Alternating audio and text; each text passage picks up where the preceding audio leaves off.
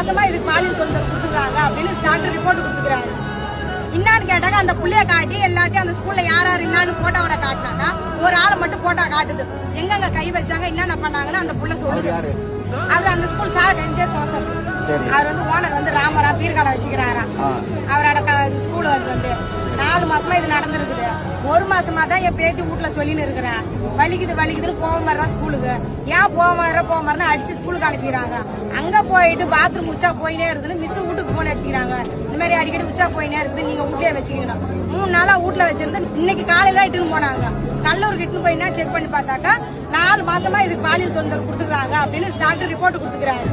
பொம்பளை இப்படி பாத்ரூம் வைக்கிற ஆளாக்கணும். அப்ப பொம்பளை நின்னா இருக்குது.